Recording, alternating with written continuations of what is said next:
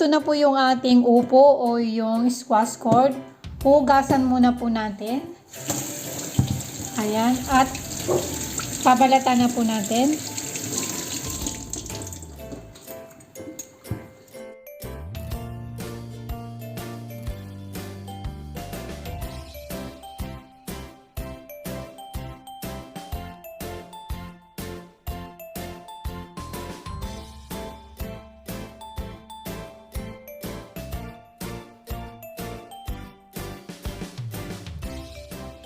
Ayan po, tapos na natin siyang balatan. Ngayon po yung hugasan natin kasi madulas-dulas siya.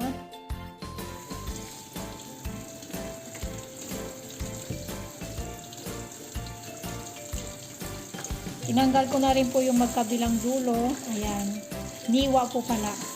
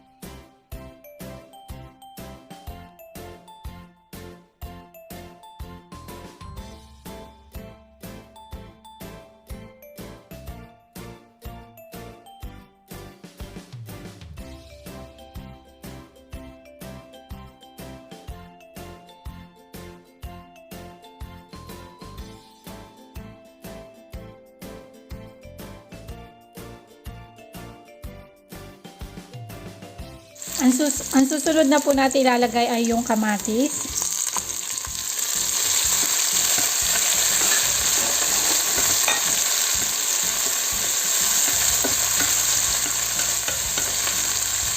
Ayan, halu-haluin lang po natin hanggang maluto konti yung kamatis. At isusunod na natin maya-maya yung karne ng baboy. Ang susunod ko pong ilalagay itong karne.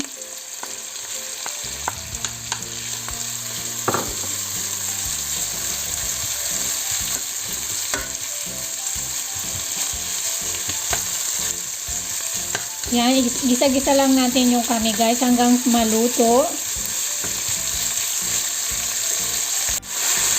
Ayan po, nagbago na yung kulay ng karne natin.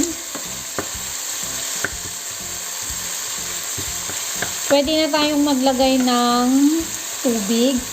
Yung tubig ko guys is yung pinakuluan ko na yun at nilagyan ko siya ng chicken stock o powder. So, ilalagyan ko na siya ng 4 cups of water. Ayan, 4 cups po. At pakukuluan natin.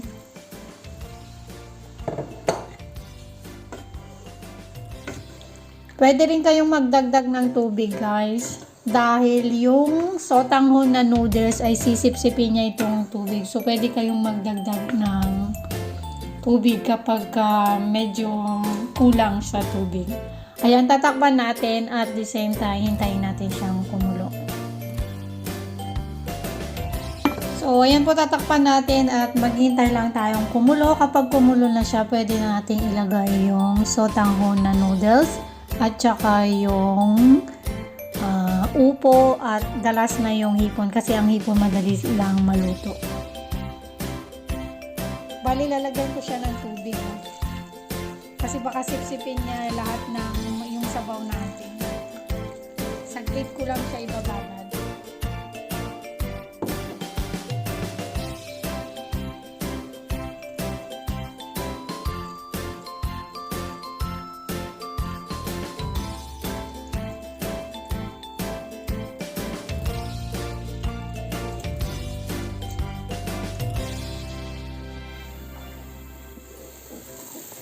Ayan, kumukulo na siya. Maglalagay na tayo ng patis. Optional lang po yung patis ha. Ayan, 1 tablespoon ng salt. At yung pepper. Haluin lang po natin. Ayan, pag matabang guys, pwede kayong magdagdag ng asin o patis. Ngayon, lalagay na natin yung ating sotanghon na noodles.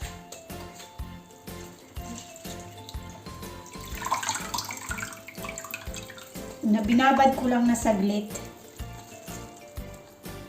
Bali, 2 noodles yan. 2 plastic na sotanghon na noodles. Ayan, haluin lang natin. Ilulubog-lubog.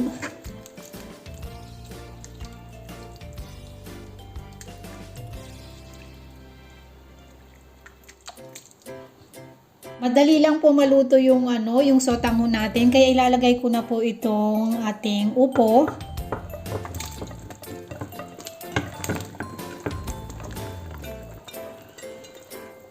Huwag natin i-overcook yung upo. Ayan, haluin lang natin.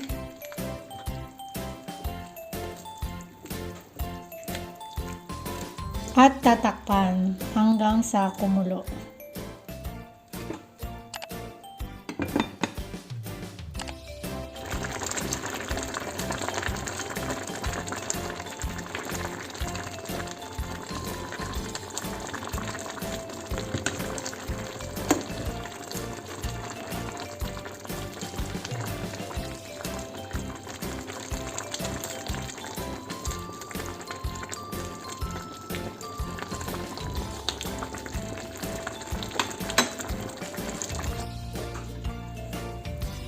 Check na natin.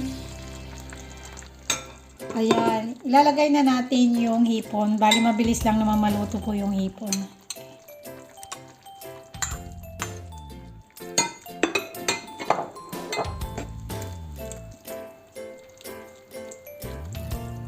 Ayan. Pakuluan lang natin ulit siya ng 2 minutes at okay na siya.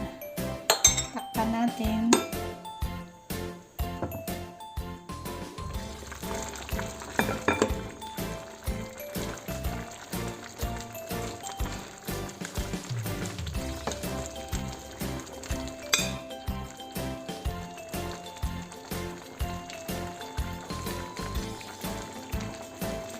Luto na ang ating ginisang upo with sotanghon. Ayan, isi-serve na natin.